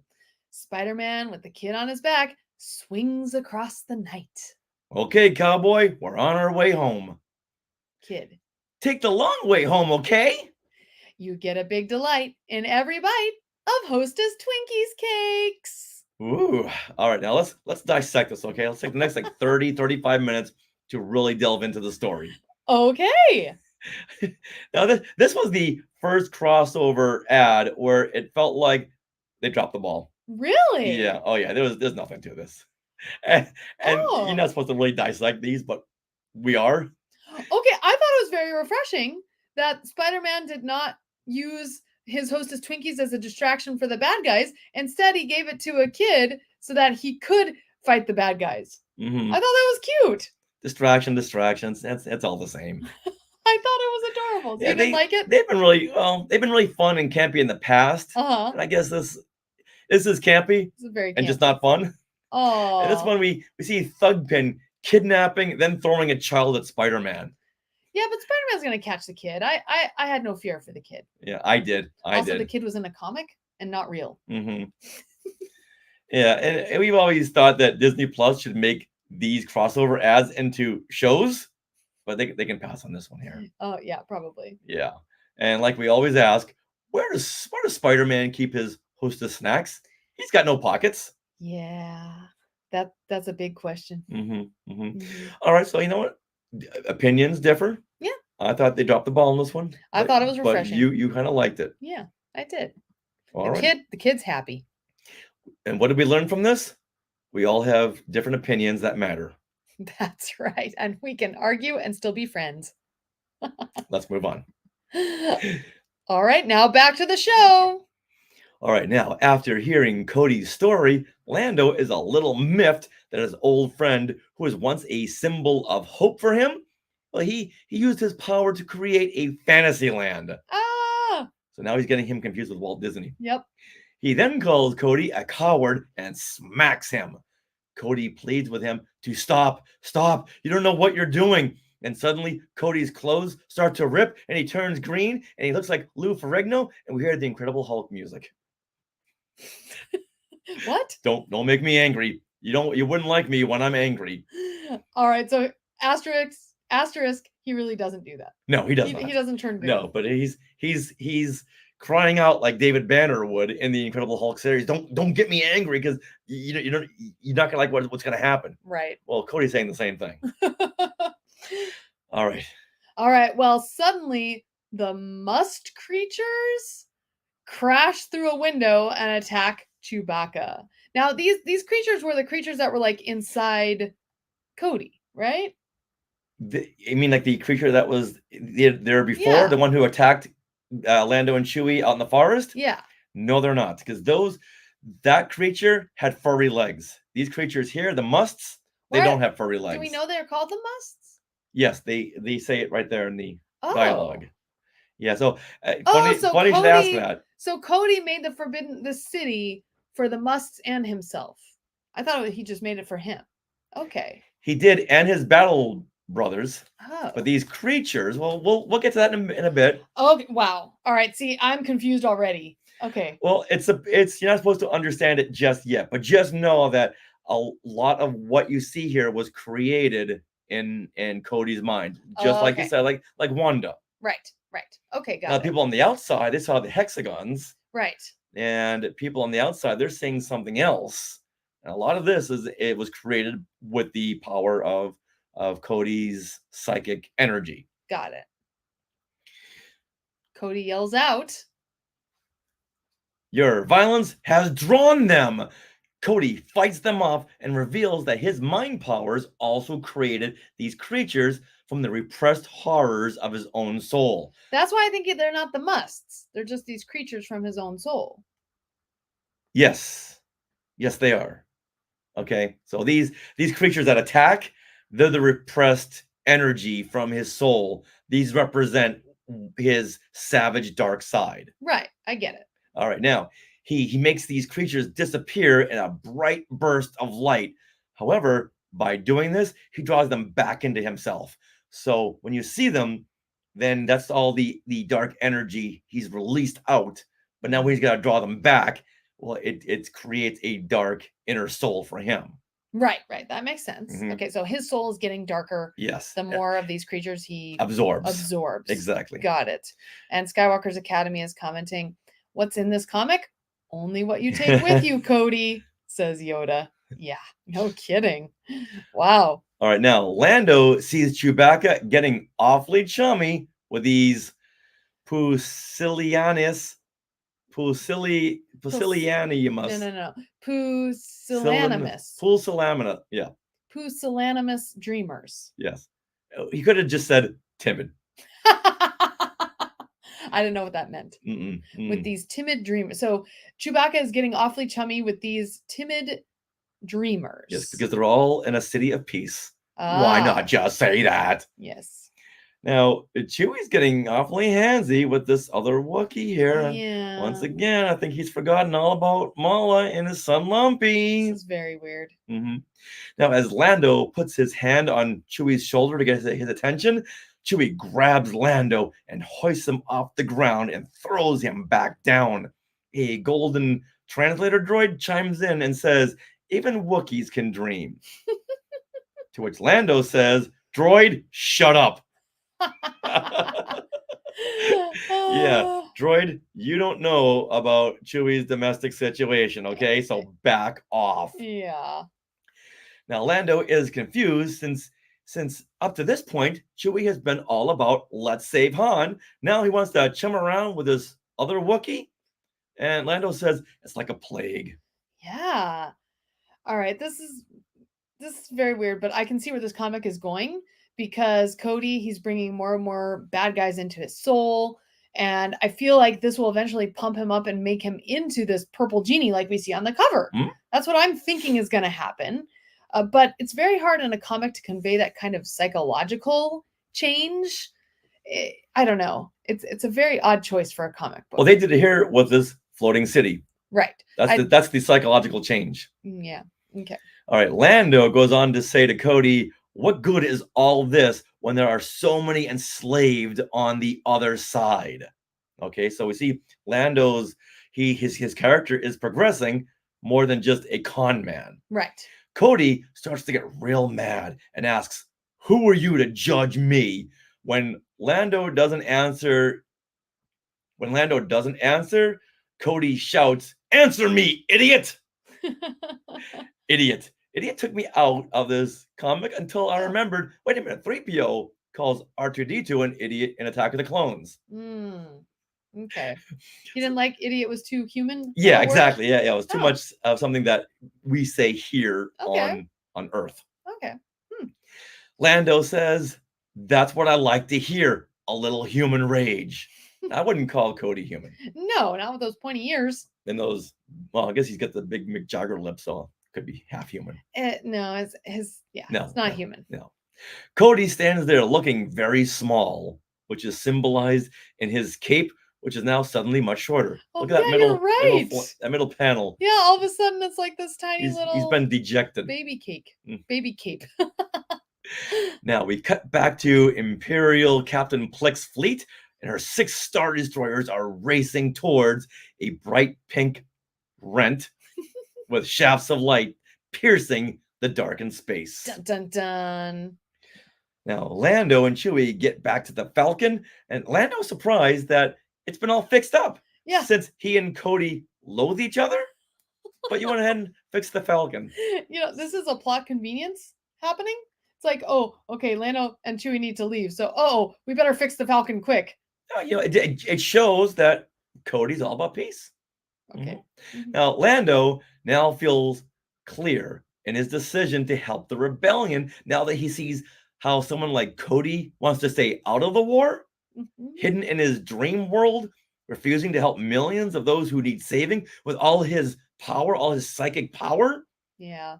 Well, Lando's he's gotta fix that balance. Okay. And I love that about where they're going with Lando here, which is why that initial description of Lando going, hey, you know what? I think we can steal a fortune from the society. That really irked me. That Lando's a soldier of fortune, which means gambler? No. All right. Now, the Star Destroyers have entered Cody's secret dimension. They see that the city and wonder. They see the city. They see the city and wonder if it's a hidden rebel base or a civilization uncrushed by the Empire's heel. All right, if the city isn't crushed by the Empire's heel, well, we need to go and crush it. That is so funny. Now, I think this is my favorite page in the comic. They intercut between Lando and Cody's conversation and the Imperials revving up to enter their dimension. So it's a really cool, it like builds the tension here in this panel. I thought it was really nice. Went back and forth, back and forth. Right now, Lando and Cody, they're still going at it. And Lando says, I wonder how long your truth would hold up if the war you ran away from came knocking on your front door. And on cue, the Star Destroyers start firing on the city because they have entered that rent in space. Timing is everything. Now, narration reads, their impact is enough to rock the graceful city of dreams and enough to rock the two Wookiees back to harsh reality. Chewie, you got to thank the Empire for this, okay? Because they may have just saved you from adultery. Oh. Yeah, you can thank the Empire, Chewie. They do look like they're about to kiss in that middle panel. Yes, they do. Whatever Wookiees do. And rub noses. The narration reads, silent, tearful farewells are said. By Chewbacca and this other Wookiee. And Chewbacca and his new friend, once again, who is not Mala, they part ways. Tearful farewells after 5 minutes? Come on, Chewie. What? You know what? So weird. Chewie's been away for a while. Yeah, I don't know. But he sees another Wookiee. Where has he seen another Wookiee in how many years at this point? I don't know, but Reynold is laughing out loud.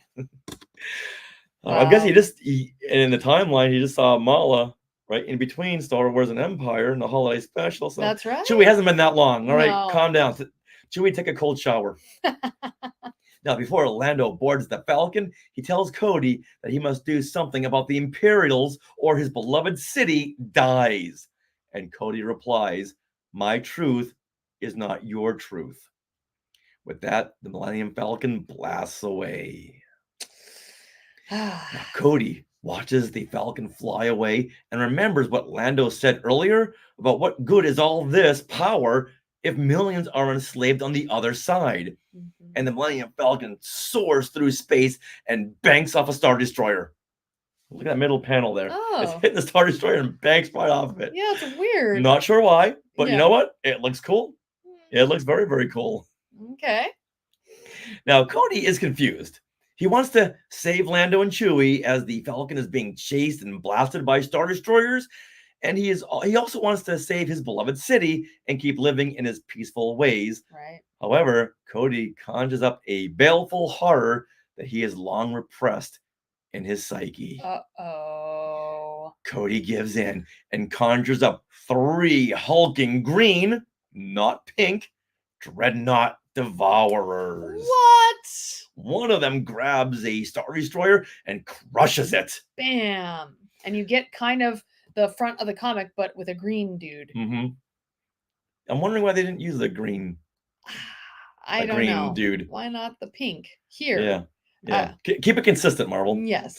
Now, Lando is very proud that such anger has returned to his old friend, since that anger has brought forth these demons. Which are helping him, I guess. Okay, that tracks. I guess, but I want the purple monster, the purple genie. Come on, purple genie. And I wanted Cody to turn into the genie, but Cody's still around. That would right? be really cool. But well, it is kind of part of Cody. Yeah, but okay. It's his inner darker demons. See? Symbolic. Ah. Now, Captain Plick exclaims, "By the Emperor's robe, what have we blundered into here?" Okay, did you just read that right? Did you just say by the Emperor's robe? By the Emperor's robe. Yes. Why is that funny? Because it's by the Emperor's robe. What does that mean? It should be Emperor's hand. Oh yeah, or by the Emperor's power. By all that is the Emperor. By the Emperor's lightning. Now, or something. I'm trying to remember. I don't think at this point. Oh, I guess we had seen the Emperor in The Empire Strikes Back, Yes. so she knew that we all know that he's got a robe. Yeah. Okay. All right. Now, as she says that as she watches her fleet just get demolished by the pink or green demons. Now, suddenly, Cody realizes what he's doing and must call back his Dreadnaught Devourers. Now, I was confused by this too. So he suddenly had a conscience again? Yeah, he suddenly realized, oh, what am I doing here? I can't let this go on. Okay. Because like you said earlier, once this gets out, it's harder to put the demons back in. Yeah. Okay. Back in the bottle. Got it.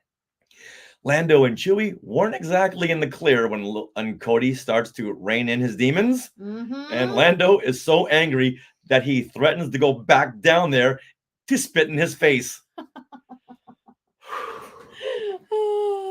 Wally, or DM Mateus. Yeah. Have you not seen The Empire Strikes Back? Do you not know who Lando is? Yeah. Oh my goodness. All right.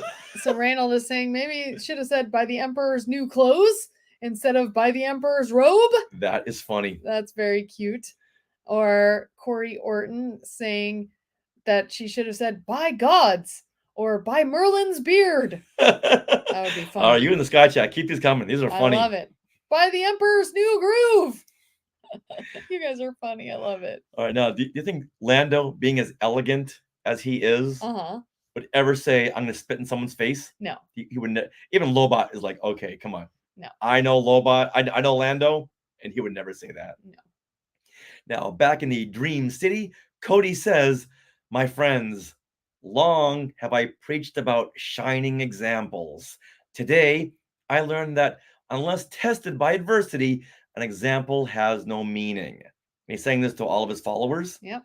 Then he says, I must prove the dream of peace worth living by dying for it.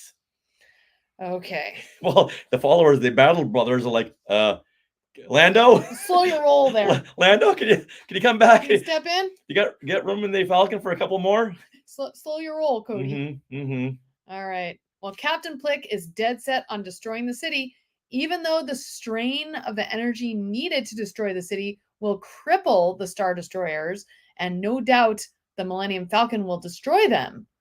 But think of the glory, even though no one will know this is happening because they're in a rent in space.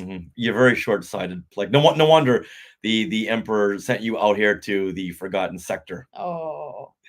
Just then, the dream world, the fantasy land, bavlooms and is destroyed by Captain Plick's destroyer. Okay, now is this clear? Did the destroyer destroy it, or did Cody implode the city himself? You know, that's a good question, and I went back and forth on this because it could be either. No. Okay, but hold on here. Okay, hold that thought. Okay, that'll be answered in a couple of seconds. But yeah, I thought the same thing. Okay. Now Lando's very confused at this decision, where Cody could have just stopped the Empire with his Dreadnaught Devourers, but instead he allowed his city to be destroyed with all of the Battle Brothers in it. So that's what the narration says? Now, now the Star Destroyers are going to be crippled by this. Right. All right. Oh, right. Okay. All right. Now, give me a second. That'll all be explained. Okay. Now, Lando, he's still angry. Okay. He wants to make the Empire pay for what they've done to Cody and his city. The narration reads, some would call Chewbacca's language a farrago of indecipherable subguttural growls, yet one growl is eloquent enough to make Lando Calrissian understand. A Farago. Farago is a confused mixture. So Ah. Chewbacca's language is a confused mixture of indecipherable sub-guttural growls. Got it. Now, a tearful Lando pieces all this together. Okay, now your questions will be answered. Okay. And Lando realizes that by letting the destroyers use the power from their hyperdrive to destroy the city by their own pernicious actions, the Imperials have become trapped in this dimension. Oh. All right, so you get it?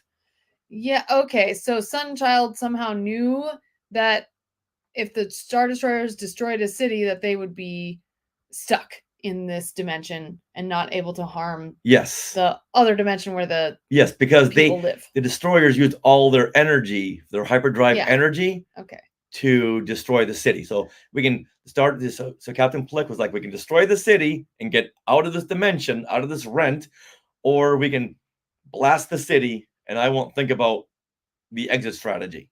Mm-hmm. So yes, it was Captain Plick who destroyed the city. I thought that too, that Cody had used all of his power to destroy the city himself. Okay. Okay. All right. Should we go into these pernicious canids? No, that's from Charlie and the Chocolate Factory. That's all I thought of. Mm-hmm. But what does pernicious actually mean? It means highly destructive. Another word for pernicious is also insidious. Oh. You can shorten that down to Sidious. Okay. Look at this. I'm just saying. So Lando says by their own pernicious actions, so by their own highly destructive actions, yes, the Imperials have become trapped in this dimension. All right. Now, Wally, you understand this is for kids, right? Okay. No, he didn't. No, they didn't. No one told him this. No. All right. Now, Lando could destroy the sitting ducks. These Star Destroyers, okay. Mm-hmm. But he'll just let them rot here peacefully. And he says, you might call it Sunchild's revenge. Okay. Now, do you notice that they misspelled sun and Sunchild? Uh-oh. They spelled it S-U-N when it should be S-U-N-N. Yeah. And you know what? There's a couple of other misspellings. Uh-oh. Yeah, crevasse. I didn't want to say it earlier, but they misspelled that. Okay. All right, now, Captain Plick watches the Millennium Falcon, and she is miffed that they denied her of death. just look at this evil stare. She's staring at one-note character. Yeah. With raised eyebrows. The Millennium Falcon then turns the Millennium Falcon then turns its direction to the rapidly closing dimensional doorway, or rent, and the search for Han Solo goes on, at least according to the narration. And it ends with Finis. Not the end, but Finis. I don't think this was written for kids. No, it was not. Kids would not know what Finis meant. Mm-mm. Now, you notice there is no tease for the next issue or a title. No. But the next issue is Droid World. All right. Wally Lumbago, if you're going to drop the ball, we'll pick it up. Tell everyone that the next issue is Droid World. Okay. That was something.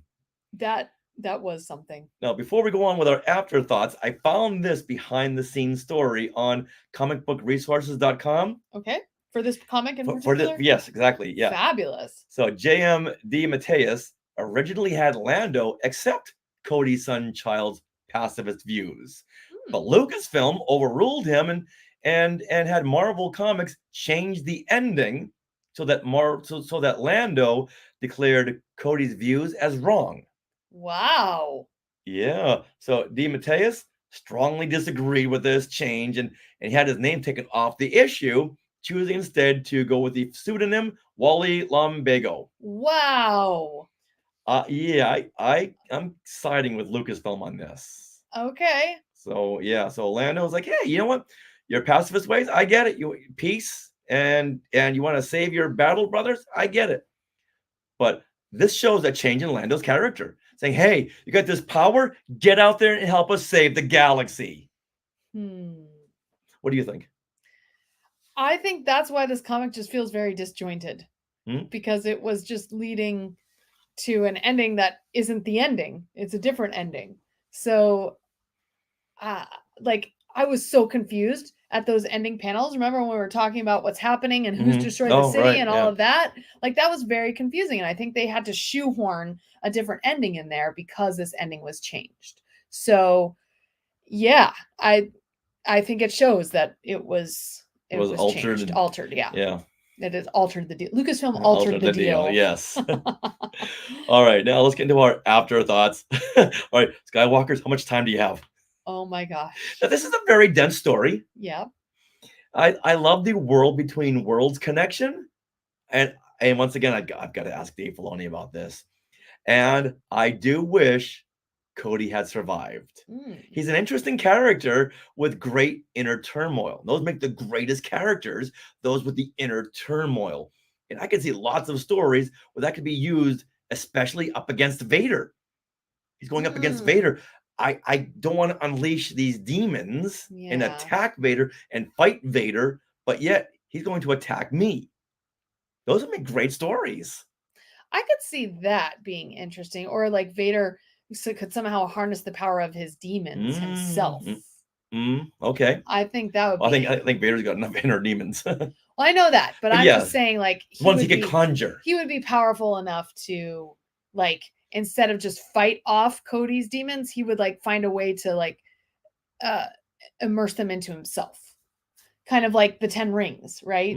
You know how what's his name and the 10 Rings? Shang-Chi, his father had the 10 Rings, and then Shang-Chi, once he learned how to master them himself, he took them himself. All right. So that would be interesting. Okay. So, but that's speculation, pure speculation. As for this comic itself, I can safely say that this is the worst comic I have ever read. And had it not been for this show, I would have stopped reading once Sunchild started talking about his trippy backstory, falling into that pit of fire. I was like, all right. I was not into it. I didn't like his design. And, you know, for me, the design is a big deal. Like, I will not watch animated movies where the design is ugly. I can't get into it. It's he and that other guy, the Great Destroyer dude, was just super ugly, and I did not like their designs. So, and it didn't seem to be about Star Wars. So next, that's how I kind of felt. Now, I did like the little seeds of Mortis that we got here, but that was pretty much gone within the first couple of pages that we got to the city. So, but I do like this backstory now that you found on how the ending was completely changed at the request of Lucasfilm. So now you can kind of see how it makes sense real world wise, how this comic just doesn't really make sense. It changes its tone. Yes, very much so. Yeah. Now, I do like a lot of the art on here, like Chewie and Lando. Their designs were fantastic, and the colors for them were great. And there's some very nice panels, not some overly beautiful ones that we've seen in some other comics, but there was some nicely designed features in this issue. Did you have anything else you wanted to add? Yeah, I just don't think that Marvel had fully told J.M. DeMatteis that this comics is for kids and maybe cut back on those 10-cent words. Yeah. I know as a kid, if I were reading that, I would have just given up just based on those words. Oh, yeah. Because when you're reading and you stumble on words, it trips up your mind and you lose that flow. Oh, yeah. It takes you out of the story. So you keep falling out of the story. Yes. Yes. I think this comic has the same vibe as Riders in the Void. That one-shot comic that was wedged in right before the Empire Strikes Back adaptation, where Luke and Leia were on that ship that was alive. Yes. It had a very un-Star Wars feel, but at the very end, it was like, oh, I like that. I like that. I like that. Yeah. Now, this is not as good as Riders in the Void. No. But there were parts that I really liked. Okay. Shall I look at some of our Skywalkers are responding? Oh, yeah. Okay. In the Sky Chat, who do we have? Corey Orton is saying that this comic needed pink demons. Yes, Corey. Where were the pink demons? Yes. All right. And Skywalker's Academy says, Marvel, get it in gear. And a little purple demon. Purple. Yeah, that's funny. All right. Now, like you said, there's a lot of good panels in this issue. Yeah. So what was your favorite panel? All right. So my favorite panel. Are you ready for this, Richard? Are you ready? I'm ready. My favorite panel was the last panel. You want to know why? Because it means the comic is over. It looks like the Millennium Falcon is racing toward a heart. It does. The Millennium Falcon. This is a Valentine's Day panel. Millennium Falcon is racing toward this pink streaks and a heart there's right a in the rip middle. in the fabric, in the dimensional fabric, and Yeah. the Falcon's gonna go through that, very much like Indiana Jones. Exactly. Grabs the hat. Yes. Oh, look at Captain Plick. I She's know. giving you an evil eye. Yes, she is. But yeah, so I like that panel because mostly it's the end. Oh, But it's the Falcon. Oh man. I know, yeah. Oh, hard slam. Harsh. All right, what about you? I'm gonna go with page 32. Okay. We see 17. Page 17. Page 17. When we see these 6 Star Destroyers racing down to Cody's dimension. Yeah. I just love seeing it's a side view, and you see all these Star Destroyers racing down. It's kind of like when you saw Star Wars and you would see the Y-wings all darting through the frame, and they're all darting down. It just says such speed. And this all has the pink streams coming out of the back. Yeah, so know they're going fast. Yes, the pink fast streams. It does look really cool. Yeah, up against the black and white background of the shafts of dark light. Yeah, very nice. All right, now, is there a favorite line or line of dialogue? Now, is there a favorite line of dialogue or... All right, now let's get into the favorite line or favorite... Oh, my God. All right, now let's get into the favorite line of dialogue or bit of narration. Okay. All right, so mine comes from page 17 as well. And it's a panel, it's a little further down. And this is where Plick is saying, we've either stumbled upon a secret rebel base or a pocket of civilization uncrushed by the Empire's heel. They must be made to fear us. Attack! I thought that was fun. Okay, all right. Now, mine Yes. is when Captain Plick says, by the Emperor's robe, what have we blundered into here? that should be on a t-shirt. By the Emperor's robe. As our Skywalkers, now there's all sorts of things we could have said besides the Emperor's robe. By the Emperor's new clothes. By the Emperor's new groove. By Merlin's beard. That's so cute. All right, now this could take a while. Uh-huh. What is your favorite, most non-Star Wars moment in this issue? My favorite, most non-Star Wars moment is when Chewie arrives on this dimension and says, Groot? It's a non-Star Wars moment, but it is a Marvel moment. It's a Marvel moment. It's a Marvel crossover. I thought that was so funny. You heard me laughing in the other room. Oh, I did. But that could have been this. laughing at anything in this issue. I know, but oh my God, that was hilarious. Okay, so what about you? All right, for me, it's what I've been harping on this whole time, as Lando and Chewie trek through the jungle, and Lando says, "You never know, we might just be able to scheme ourselves into a fortune, perhaps wrest a kingdom of our own out of this mess." Lando would never say that. He would never. Even Billy D. Williams would go, "No, I'm not going to say that for so many reasons. I'm not going to say that." That's so bad. Oh my gosh. All right, now let's get into Star Words. Okay. And this is the part of the issue where fans could write in and tell the Marvel artists and writers what they think. Mm-hmm. This is pre-internet, and right. people could, the fans could voice their opinions. That's right.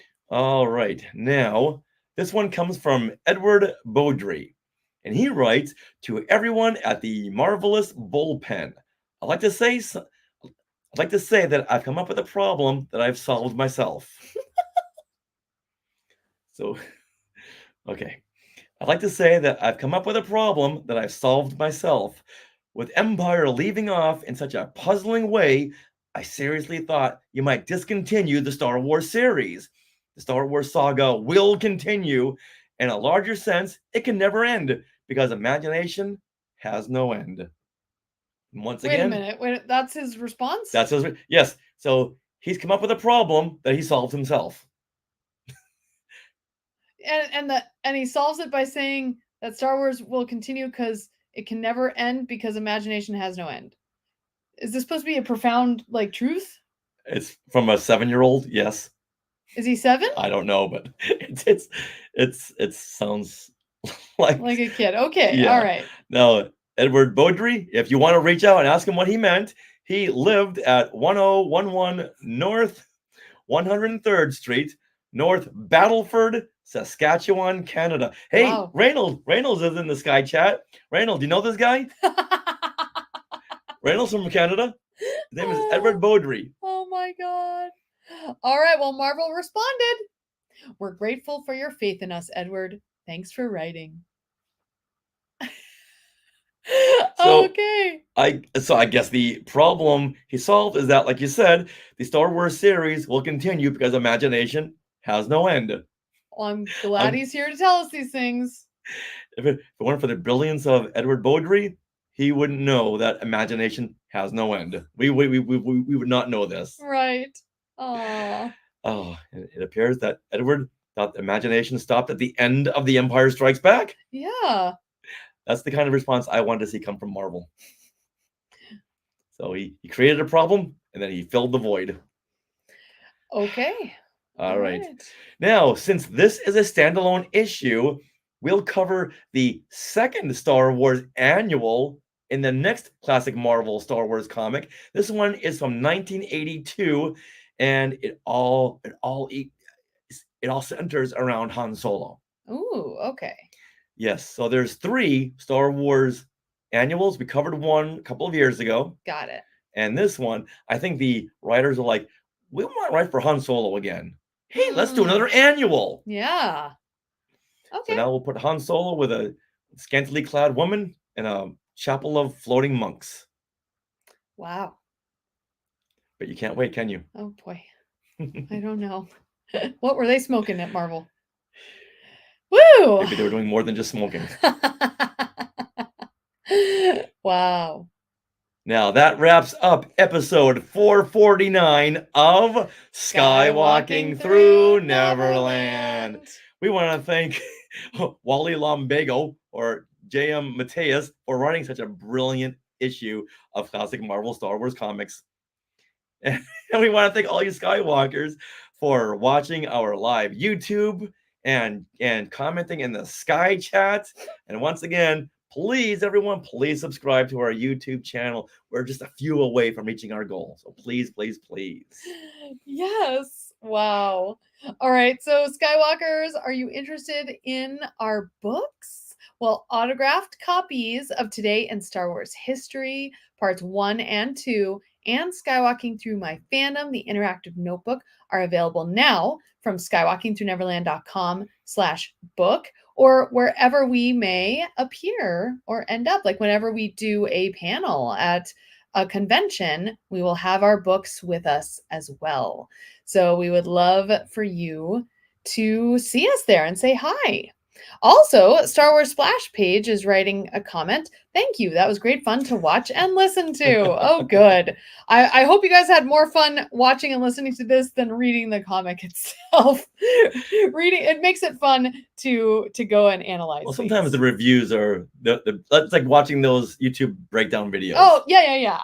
Sometimes it's more fun to review and break it down and watch than it is to actually watch the actual show or movie or read the comic. Yeah, like I can't read a comic without thinking, okay, how are we going to talk about this and break it down? You know, like it's no fun unless we do that. Now, do you want to support Skywalking Through Neverland? Well, consider supporting us through the Skywalking Force, which is our Patreon. And the Skywalking Force has access to bonus content in the form of our Zoom discussions, which we will pick up in a couple of weeks with the Bad Batch. That's right.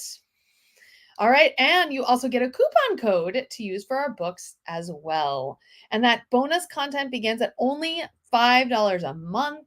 So you can head to skywalkingforce.com, have a look at the options available, And thank you so much to those of you who are already part of the Skywalking Force. Now, we want to thank our sponsor once again, Small World Vacations, for their support.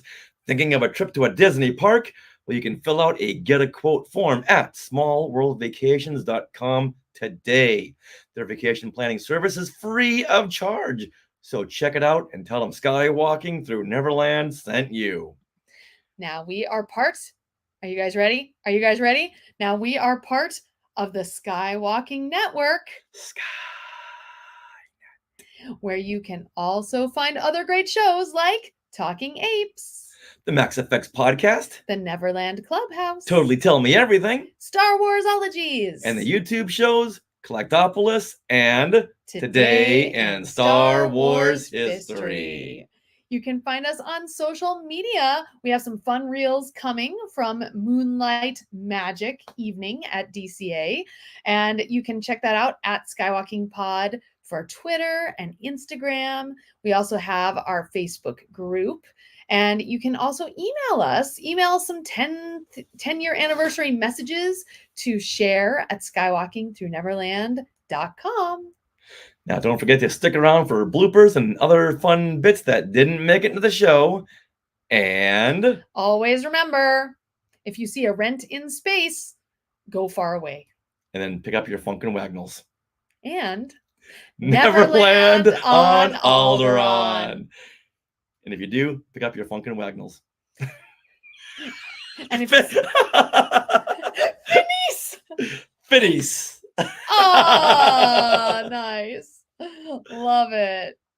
Darth, yeah. Yes, we are Star Wars fans. Who's spending 2 hours on a 30-second trailer? I think, well, I kind of remember talking about that when, not the 30-second trailer, but when the Force Awakens trailer came out, that teaser trailer. Well, we absolutely talked about it a lot. Yeah. So I don't know if you're referring to that or anything else. What are you referring to, Darth? Tedious. It's cute. Love it. Awesome. Hey, Pierre, thanks for sticking with us. Yes. That was. Should I stop this? Okay. Yeah. Well, that was fun, everybody. That was fun. Wow, I think I need a snack now. That was a lot. My goodness. Woo. I need to conjure up some inner demons. I need to slap Cody Sunchild. Here we go. This is my issue. Get away. Slap. Get away. Don't slap the Dreadnaught Devourer. Can Ahsoka touch it? Ahsoka can touch it. Hold on. Ahsoka's gonna go. See, there you go. Good, Ahsoka. Good. All right, here we go. Bye. Bye, everybody. See you later. Oh, I don't think. Okay, so many tedious. Many channels do. Yeah, I think every Star Wars podcast was looking at the Bad Batch trailer and breaking it down. Oh yeah. Yes. So, awesome. Darth Tedious, are you saying that you do like that or don't like that, or are you just pointing it out? No, just pointing at the Star Wars fans. I think it looks like they like it. Such a cute Ahsoka. Yeah, I love it. This is the new emo. The Ahsoka new emo, yeah. And you can change the outfit. So right now she's wearing a little Lunar New Year dress and bow. And she's celebrating Lunar New Year. Yes. Yay. That's so cute. And now I have Ahsoka ears. Okay. All right. Let's edit. Bye, everybody.